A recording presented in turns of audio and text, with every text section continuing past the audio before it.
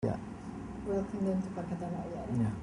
Okay, but so you don't see a pass UMNO thingy happening? No. How long a honeymoon period does Pakatan Rakyat have? I think we shouldn't talk about honeymoon. They have to start working. Because I don't know about honeymoon. I didn't have much honeymoon when I got married. Actually, we did. We went to I think Bandung at that time, thinking we could take off, and then all my friends they saw me at that time. We wanted to stay in the hotel. Not possible, Pak Anwar nggak bisa. So back to the house, and there we go our honeymoon. So very, very short. I think 2 days honeymoon until transit in Singapore. So Pakatan Rakyat's honeymoon will it be as long as 4 or 5 years? Meaning the next general No, I don't think so. I mean, it's important they perform now.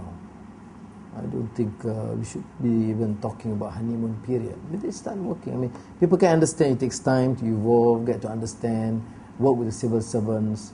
And I told them very, very critical to recognize the role of civil servants, give them the due respect, take away their broom in Selangor.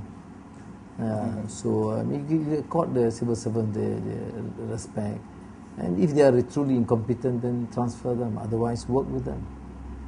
How has the sorry, go ahead. If Pakatan Rakyat doesn't get to form the federal government this time around, what do you see are the chances of Pakatan Rakyat winning the next elections? Mind you, we perform, we'll sweep. We don't have this problem anymore. Can you imagine if they control control the media, etc.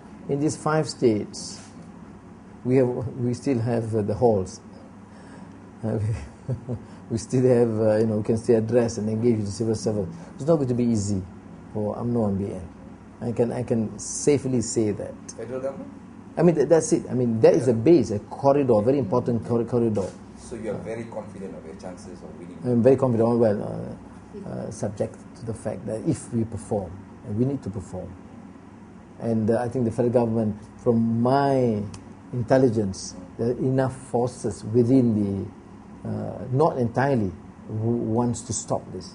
We cannot allow state governments to succeed, which means they will create problems in terms of disbursement of funds, which I think is going to be unwise, because you are punishing the people. The reaction may be worse for the federal government, as they have seen in Kelantan.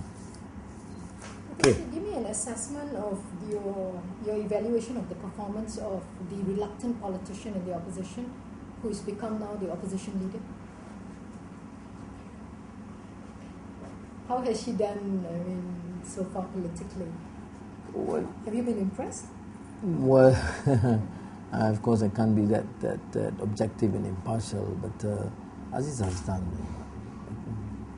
I mean, it's very impressive to me. I mean, knowing her understanding and interest in politics to all those years, she always wanted to be a good ophthalmologist, and very concerned about eye diseases, helping those blind and the poor, to make sure they have good treatment. That was her main interest. Then, of course, bringing up children, and but now she's doing well. I mean, I was in Permatampau, and she has, on her own. On her own standing. And people say, well, it's Anwar's constituency. They forget the fact that Anwar has left the scene for a long time. But on her own volition, she had managed to, get a lot of support. To the extent that some were saying, Anwar, kalau boleh, tak payah matampau boleh tak? Yeah. And they were polite. They're supportive of me, but they think that Aziza has performed. They have grown to like her and affection for her. And she has been following all these issues, and I saw her crafting the first statement as thanking Keadilan, DAP and PAS for endorsing her as leader of opposition, and crafting the statement and the issues she would like to raise. I think she has a rather clear message there. Although she'll take a much softer line, in the sense that more conciliatory, quite motherly in there. And I think I can't persuade her to do it. It's pretty harder. And she says, no, the issues can be strong, but she would like to articulate in a very, softer approach.